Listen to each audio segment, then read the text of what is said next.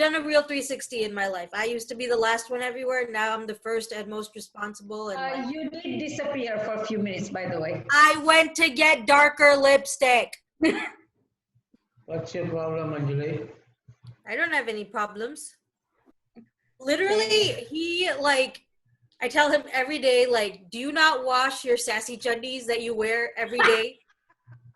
Every single day. It's just like a little touch of sass here, little touch of sass there. Well, why does it have to be a sassy chundy, and why is it inherently dirty that he hasn't washed it? Because sass can be dirty. Okay, can we start our conversation? All right, guys, thanks for joining in. So we have me and Yash here at the house in Rockingham. Mom and Dad are in the office, also in Rockingham, and Jeej, Echo, and Oben are joining in from California. So we've been thinking for a few weeks, the women of this house, how we can do something fun or interesting during the quarantine, and we decided that it would be a cool idea to just have discussions about different topics and kind of put it out there for the world to see. So we're going to try to keep it fun, simple, short, interesting, and funny. So today we wanted to kind of dive into the topic of mental illness, specifically in the Desi community, and kind of give different perspectives about it, and just have a frank discussion. So are we ready to get started? Yep. All right.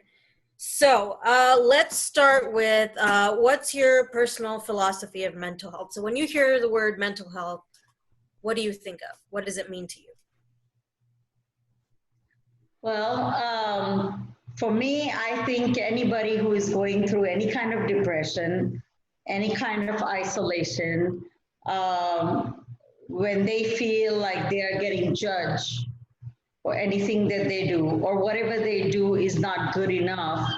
And anybody who is not able to express what they're going through a mental illness. They're going through some kind of not valuing themselves. That's what I feel. Yeah, Oben? I think of mental health, and I won't say that this has been my perception for the entirety of my life, but in the last, I want to say 7 years, maybe 10 years, I've been starting to think of mental health as just like any other kind of health, like cardiovascular health, like physical health. I think that it's important to take preventative measures with your mind, just like you would with your body, that you need to take care of it and listen to it and identify when you're feeling a specific type of way, whether it's one extreme or the other, happiness or sadness or joy or pride or shame or whatever those emotions are, really coming to terms with that and treating it almost clinically and scientifically rather than kind of making it fall to the wayside. So that's kind of my philosophy on it, that you should be treating your mind the same way you would treat any other muscle in your body, and that you should be preventative rather than reactive with it. Yeah. I agree with you on that one, but taking medication to prevent it, it's not advisable. I hear what you're saying. You can do meditation or any other alternative way of taking care of your mind instead of taking pills that alter the state of your mind and actually make your mental health worse than it is. What I mean by preventative is that you're thinking of your mind the same way you would your heart. You had a heart attack a few years ago, Dad, right? You know that your heart, you suffer from heart disease, right? So you do take your medication regularly. However, generally speaking, me, Anjali, and Yash are probably going to be more careful with our cardiovascular health. We're not going to start taking heart medication right away, but we're probably going to hit the gym a little more. We're probably going to go for a walk more. We're going to listen to our bodies a little more carefully when we start seeing symptoms that we might have ignored had we not known that this was part of our family medical history. You know what I mean? I think mental health is very important. Being a college student right now is I guess I'm in a very high, I don't know how to say, stressful environment, I guess. And so it's very important to prioritize your mental health, because it gets to some points where you feel like there's not enough time in the day. You're constantly stressed, working on multiple projects, multiple assignments. and that takes like a really bad toll on your mental health. So I definitely feel like prioritizing that as you would like anything in your daily life, that's very important, because it can have very like bad consequences. I know I've seen like firsthand how like mental health can like really affect people. On the topic of medication, however, I guess I don't really like agree with like what like you guys have said so far, because like I know like people that like take medication for like some like stuff that they have going on, and like it's not like they're dependent on it, but like it's very, very helpful for them. Yeah, they have their side effects, but like they're aware of the side effects that it has, but they're in a much, much better state than they were without the medication. And so like there's like, if there's like ways to like, you know, handle stuff without medication, yeah, sure. But like there's some things where like you need medication for certain things that like, because like some people aren't wired the same. Like people have like, and we can't really people have different like ways that they're wired, like I said, but we don't really know that because like that's not how we're wired. So we don't know what it really feels like, I guess. And so like, you know, I feel like sometimes when you need medication, like there's nothing wrong with that. Yeah, I think I definitely agree with that. I think that for some people, just, you know, if you're dealing with any sort of mental illness, just taking the therapy route works. For some people, just the medication route works. But some people even, you know, do both. They do therapy and take medicine.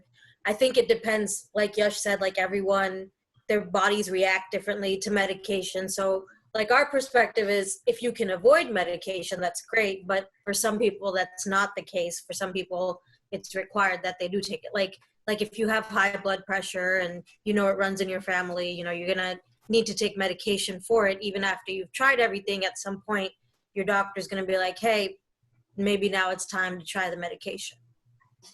I also think that like in general, like generally speaking, it gets a bad rap, but on our community specifically, therapy is like a dirty word. Yeah. And I don't get that. Like, it's just like, you know, you'd go to a physician if you're having a health issue in the same way you'd go to a therapist if you're having any sort of emotional or mental issue, right? Like going to a therapist is not bad. It's not, it's just, it's a medical exchange, right? And many times your therapist can be a resource when it comes to identifying what treatment is best for you, whether it's chemical, like taking medication of some sort, or seeking other forms of holistic approaches, right? Like your therapist is a resource in that way, right? But because in our communities, it's so hush hush and it's like, oh no, we don't go to therapists, we don't attend therapy because of the stigma associated with it. It's tricky to identify what's a trend in our community. It's tricky to identify what works best for people of our makeup, right? Like biologically speaking, Indians have some commonalities amongst them, or South Asians as a whole have commonalities amongst them, right? We can't kind of cycle that. We can't pan that out or even research that because there just isn't enough involvement in our communities for getting the help that's needed. Yeah, I think a big part of that's also a generational thing though, because, you know, maybe a couple years ago, I don't know if we would be having this conversation right now. You know, there's a lot of different parts. And I think especially in our household, you know, when I was battling my depression and anxiety, we were kind of able to put it out on the table and have open and honest discussions about it. But even that took a while because I had this fear of like, oh, my parents aren't going to understand, you know, they've never been through it. They don't know what it's like. And on my end, I don't think I really gave them enough credit. But at the same time, like I see so many kids my age who still say the same thing. Like, you know, yeah, I'm dealing with depression, but I can't talk to my parents about it because they're just not going to understand. And I get that. Like, that's how I felt. But once, you know, we talked about it, we started asking questions and just kind of being as open as we could. I think that's definitely helped us as a family. And I think that, you know, we're lucky that we're that type of household, but a lot of kids my age right now, like they're not able to do that. They don't have an outlet, you know, they can't confide in their parents about these types of things. And I think that really sucks. Like, I wish they could, you know? Sometimes I know we all come from a conservative atmosphere growing up, at least our generation, but things have changed over the years. You know, a lot of people are able to talk about it, but sometimes, you know, somebody has to take a step forward to change that in the household. That's what I feel. You know, like it's not that, sometimes we think that as kids, we think that the parents won't understand. At the same time, the parents will probably think that if we try to tell something to the kids, they're not going to understand. But that gap has to be filled somehow. Somebody has to take that step. It could be the parents. I mean, parents should be able to see the signs. If a child is going through some sort of depression or some sort of stress in their life, kids are going to shut you off. I mean, they're going to say everything is fine. They don't want to talk about it, But, you keep nagging, you just... No. Nagging in a way, meaning you want to make sure you let them know that, okay, well, whenever you are able to, I'm here. At some point, maybe they will come to you. Nagging in any subject is not going to help, whether it's to husband or to the kids or to the parents. It's never going to help. We should have friendship kind of relationship with each other where you can talk to your parents about everything, or you can talk to your kids about anything and discuss it. That's the best way. If you haven't developed that yet, it's too late. You won't be able to do it. You can't start it today and do it. We can try it. Things could get better. Things could get a little more comfortable talking to each other. But nagging is not the answer. Dad, I disagree with you in terms of not being able to build the relationship, because I think our relationship has evolved over the years. Oh, yeah. I think our relationship with our parents looked different when we were 5, when we were 10, when we were 15, when we were 20, when we were 20, when we're 25, for me and Anjali, and I'm 30 now at 32. Our relationship has evolved, and you're right that there is an intentionality there that just like the kids have to be willing to be open and honest and vulnerable with their parents, I think that you and Mom have done a really good job of being intentional about being open and honest and vulnerable with us.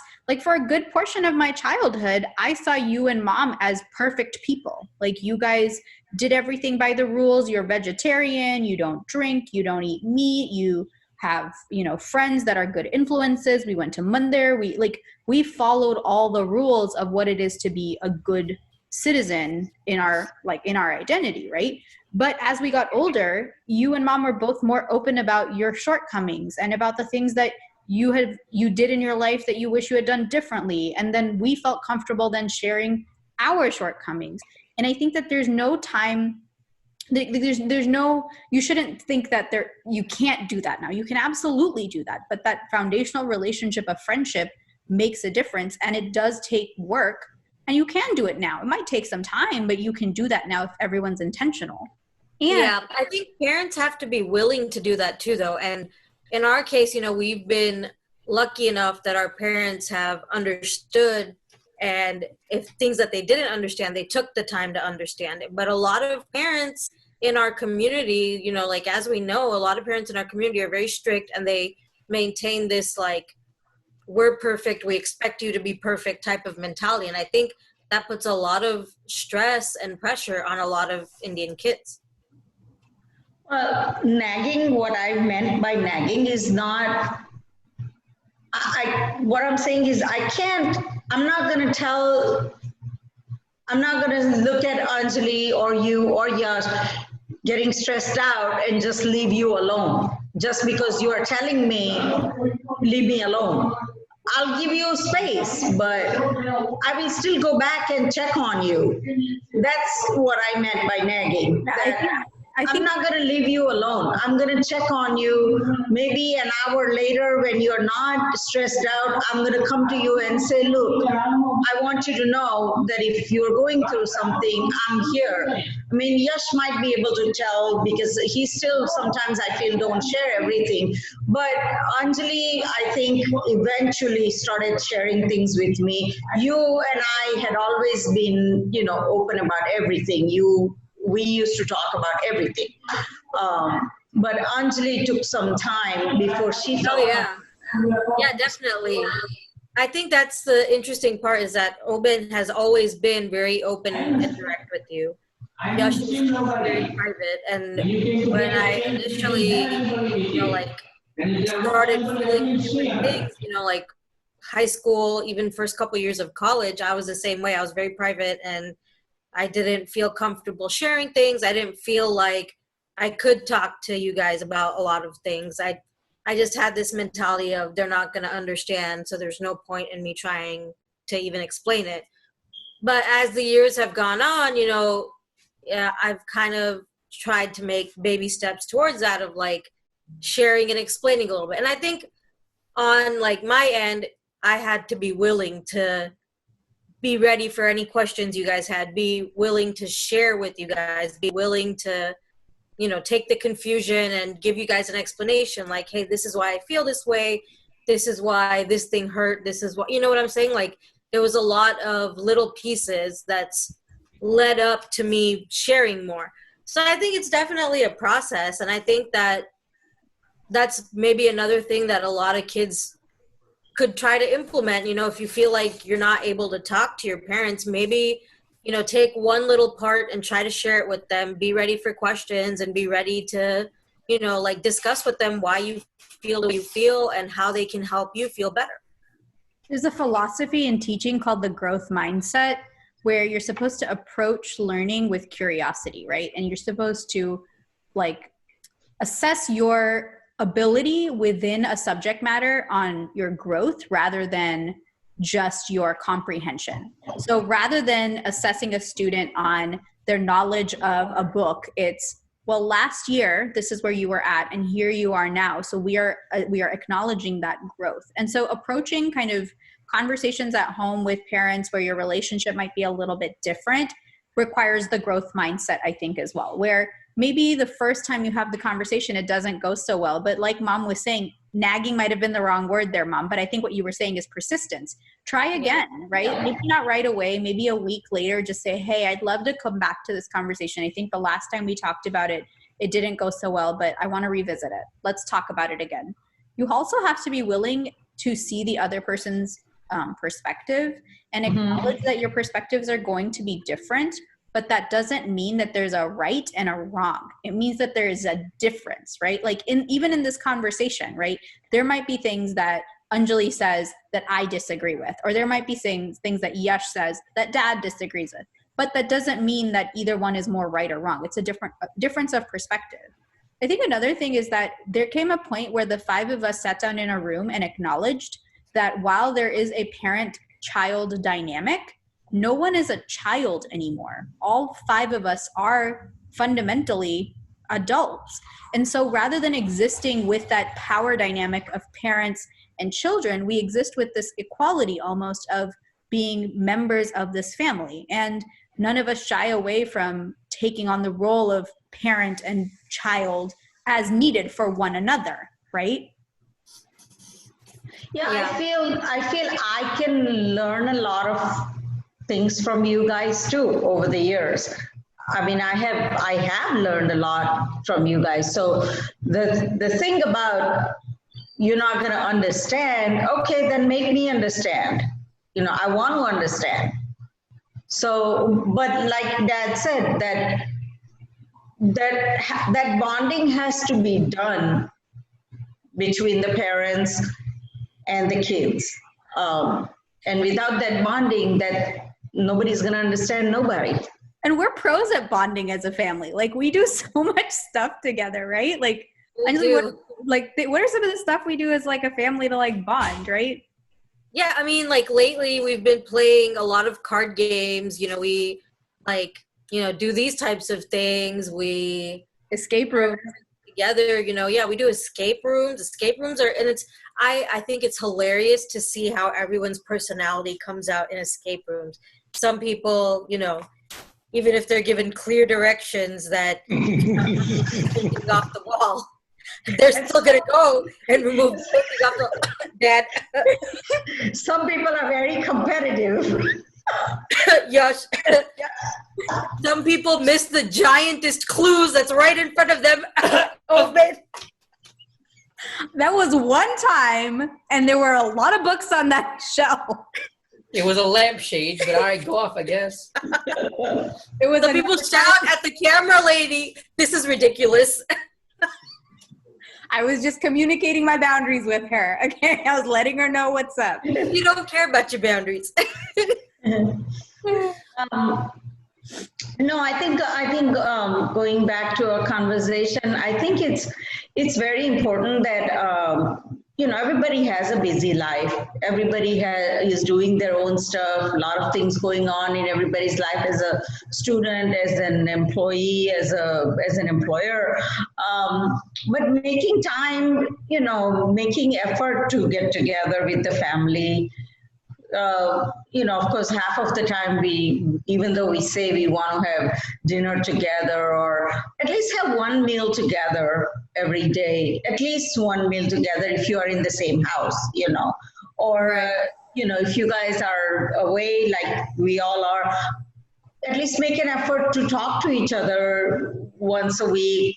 Like we have been kind of slacking on it, but we used to do a meeting every week and talk about what did we learn this week. And every single person, me, Dad, everybody would shine saying, okay, this is what I did. This is the accomplishment that I had this week. And I think it's nice to have something like that. What were our 4 questions? We answered 4 questions for that. Do you guys remember what those were? Yeah, what did you learn? What did you teach someone? Yeah. What are you proud of, and what do you wish you did differently? Yeah. Right?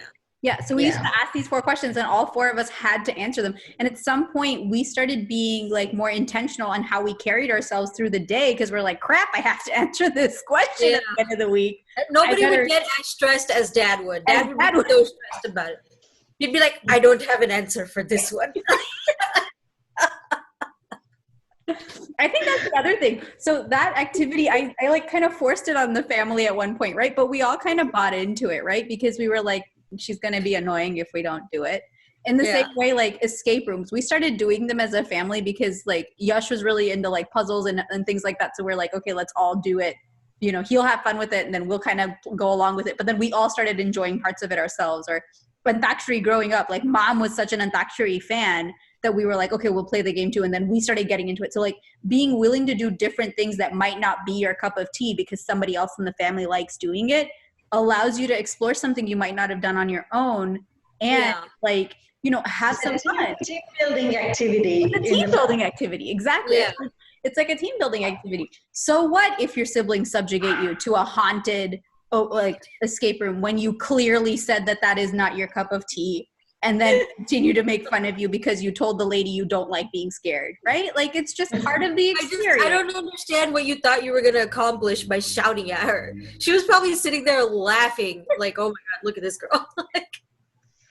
But, going back to our conversation about mental illness, I think the other really interesting part about it that, we as a community don't really discuss, it doesn't just affect, kids in our generation and our age. There are a lot of, Indian uncles that I've heard of that have committed suicide. And after it's all said and done, people are like, why would he do that? Like, what was going on? Why would he do that? And I think especially because the men in our culture have this mentality of, I need to be perfect. I need to be dominant. I need to make sure that I'm providing, my family with the best, this, that, and the other. They take on a lot of stress that they don't share with the rest of their family. And then drastic things like this happen. And everyone's just left wondering, like, why did this happen? I think there's suicide as well as addiction that is actually a little bit more visible in the light of day. You know what I mean? Like so many of the uncles in our community have manikchand and panparag and tambaku or some variation of that on them at all times, and they're eating it and consuming it on a regular basis. They don't give it up because they can't give it up. That's addiction, right? And that's something that we don't address. Fundamentally, that's a mental health issue, right? Drinking is also an issue in our community, whether we want to, like, it's a dark underbelly that nobody talks about, but drinking and alcohol addiction is a part of our community. Drug addiction and drug abuse, a part of our community. It affects our community just as much as it affects every other community in the country. However, we don't talk about it because of the shame associated with it. And I think that there's something there worth acknowledging. And you're right, it doesn't just affect the younger generation. Our moms and our dads are affected by it. Our bas and our dadas are affected by it too, you know? Yeah. I think the other part is they don't really understand the concept of it. So they see the word addiction and they automatically go to like movies and stuff, you know, person with hands shaking and like, you know, needles and drugs everywhere, things like that. Same with depression. I've heard so many times a lot of people, you know, something will happen and they'll say, "Ema hu depressed," like "Ema hu stressed," you know, like you're only this many years old, you shouldn't be depressed, you know, things like that. And I don't think they really want to understand that concept, which, to be fair, in their generation, they didn't really use that term. They didn't really discuss things like that. They didn't even really, you know, recognize. Right. They didn't even recognize that there is a depression going on. You know, like if somebody is living in a joint family, going through, you know, a lot of things throughout the day and can't talk to anybody in the family, that person is going through depression and not even know, and might take years before she would even accept the fact that there was a depression going on in her life. Or a person or a man who is going through responsibilities in the family and probably not being able to talk to somebody that, hey, I need some help, you know, things like that. Like you said, there are a lot of our generation people in our community also are going through the stress and probably don't even know that there is help out there because they never discuss it with anybody. So it's nice to be able to communicate with somebody. It would be good for themselves and people around them to be able to talk about it to somebody that, hey, I need help. You know. I agree with you. And I think the first step in that lies in the members of our community, right? We have to break that cycle of shame. Like if we stop looking at depression and addiction and all of these very serious mental health issues as shameful parts of our community that we have to hide, and rather be open, honest, and vulnerable about our individual struggles with it and how we can serve as a resource to one another, then that person who's struggling in silence is going to feel more comfortable coming forward. And the reality is there's still an incredible lack of knowledge in our community around what mental health is and what it looks like. But if we start talking about it, then at least someone's going to be like, this might be depression. This might just be a bad day, but I don't feel scared or ashamed or concerned about talking to somebody about it. I think that's the key, like having a conversation with somebody and reaching out and getting that help starts with us as a community breaking off that level of shame. Like we have got to stop thinking of this as a bad word and start being open and honest with one another about the realities of our shortcomings as people. I mean, I think like the number one thing is that like people just want to be heard. Like there's like a time and place for certain things, but like people feel like they don't have anyone to like talk to. So they feel very alone. Like even like you can just sit there and just listen and just not like give your input or anything, but just be an outlet for someone to like express what they're going through. And that I've seen that has made like a big difference, is that alone. Sure. Like, that's one of the biggest issues that I've seen. Like people feel like they're so stressed out, they don't have time to like really just sit down and like talk about what's going on with them. And like when they say like, oh, like these people won't understand, like my parents won't understand, stuff like that, like all they like, it's not really about the fact that like they don't understand. It's the fact that they just like don't want to just sit and listen. Like they want to try finding like conclusions to it. Like, oh, here's why like you're feeling depressed. Oh, here's what you need to stop doing. Here's what you need to stop doing. Like that's not what they're looking for. They're just looking for someone to hear them and like let them know their things. Like because Yash is the brother of two incredibly annoyingly talkative sisters, he's gotten really, really good at just listening to us. Like, he will listen, but he's not trying to fix my problem. He's just listening to what I'm saying. And you're so sometimes that's all somebody needs. All you need. Sometimes that's what he's saying, right? Sometimes that's all you need is somebody to just listen and say, that really sucks, instead of let me fix your problem.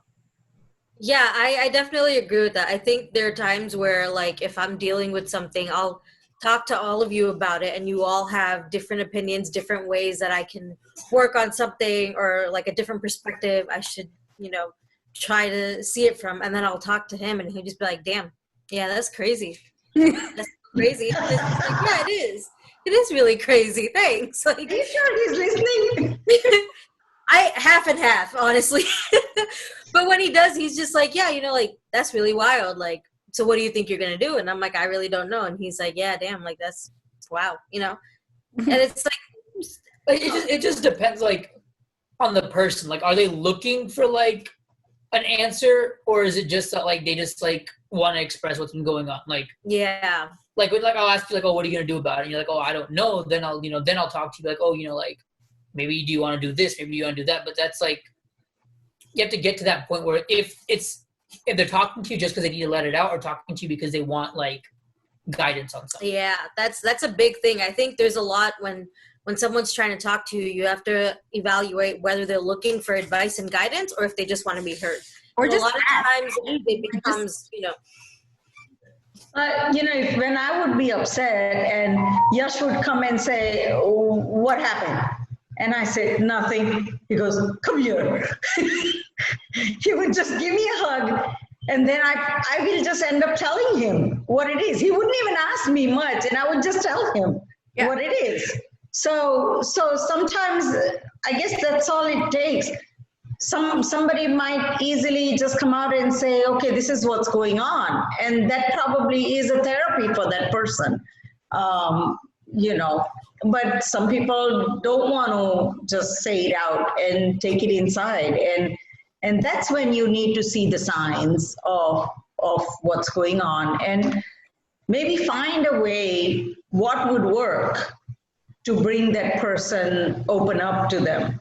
I mean, you're not going to tell your life story to 50 people, but if you're going through something, I think there should be at least one person in your life, maybe your friend, your family member, your parent, anybody, just one person, that one person that you trust, that you can open up and say, this is what's bothering me, and I don't know what to do. Yeah, it's definitely important to have that, but I think that's also where therapists come in handy, where, they have completely unbiased opinions, just medical professional opinions, and sometimes, you'll have a group of people in your life, and how they might respond to a certain situation. That they know all of your, history, your backstory. So sometimes when you go to a therapist, it's really like taking a weight off your chest when you're talking to someone who has no knowledge of your background, who's just there to listen and help guide you. Yeah, and I think, Anjali, you and Yash were talking a little bit earlier about how sometimes people are looking for advice and sometimes people are just looking for someone to listen to, right?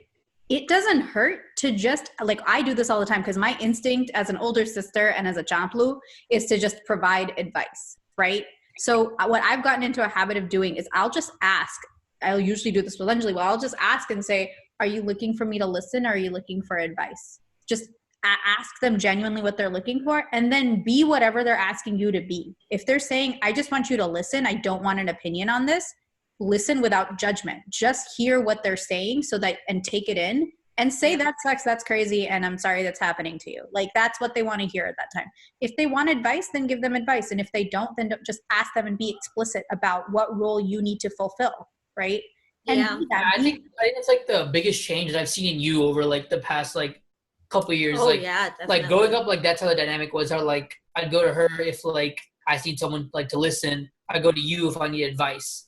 And so that would be like the balance between it. But now like you've changed to where you like are open to both sides, I guess. And he only comes to me when he wants snacks. Yeah, she's pretty much useless now. So how dare you?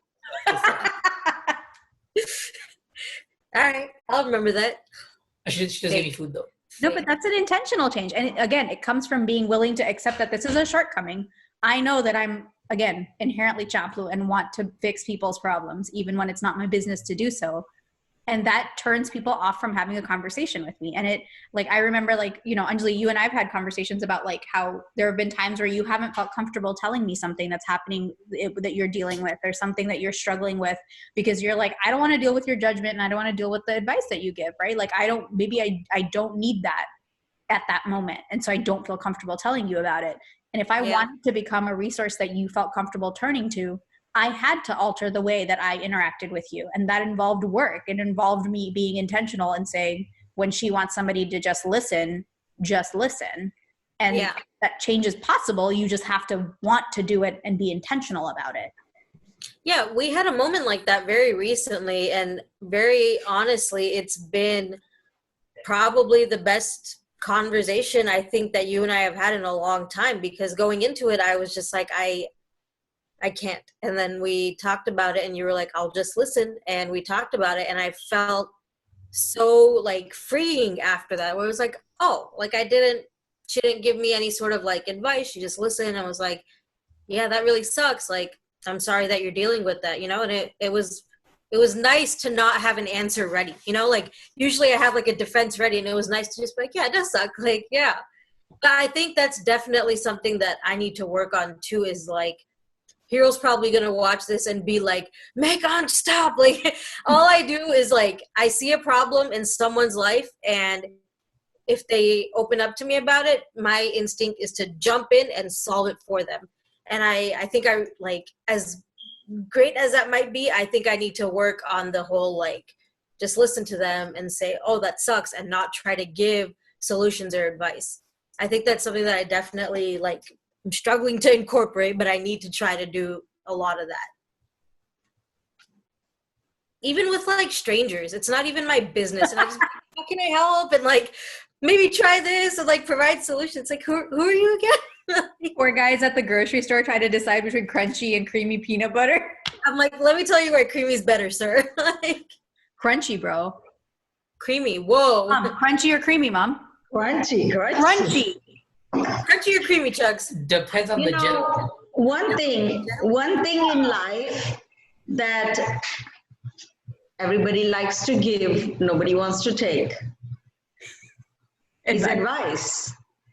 And I guess we all, like Avni said, we all love to talk. And so, and it's very, very natural for us to think that your problem is my problem and I'll solve it for you. Yeah. You know, that's the kind of person we are. We are people person. Serial empaths. Yeah. Unlike Yash, we three are people person. Somebody get some marshmallows. Yash is on fire over there from all the roasting. Brock is a mental health discussion, not a Yash roast. Welcome to the roast of Yash Patel. No, I guess we as women, we tend to have that motherly nature where we think, okay, let's take care of this. Let's see how we can help. But like Anjali said, and I have to learn that too, because I do that too. If Anjali, I mean, Avni, when you call me, you are really looking for a solution from me most of the time. You're really not calling me because you just want me to hear. You really want me to advise you. So that's why it's just natural that when Anjali tells me something, I would just start reacting to. But at the same time, like Anjali said, I guess I have to learn to just be there to listen, and maybe, you know, it will change. Maybe it will change, you know, I mean. I think better way to come to the resolution for that one is when you call somebody, let's say I got a call from Avni, and then she has problem with her car or whatever. What she should start with is, I want you to hear out that I don't want any solution. And then you can say whatever you want. And the person on the other side will just listen to you. Yeah. Or you can say, I need some advice on this one. Can you tell me what to do? And then you can describe the problem or describe what's going on, that might make a difference, I guess. But I think most of the time our reaction is, oh my God, this is what happened. And we Also, Dad, 10 out of 10 times, if I call you with an issue with my car, I want advice. Like 10 out of 10 times. You're not just looking to feel better. I'm not looking to soundboard anything. I'm looking for straight up advice. Like, we are broken down on the side of the road, no AAA.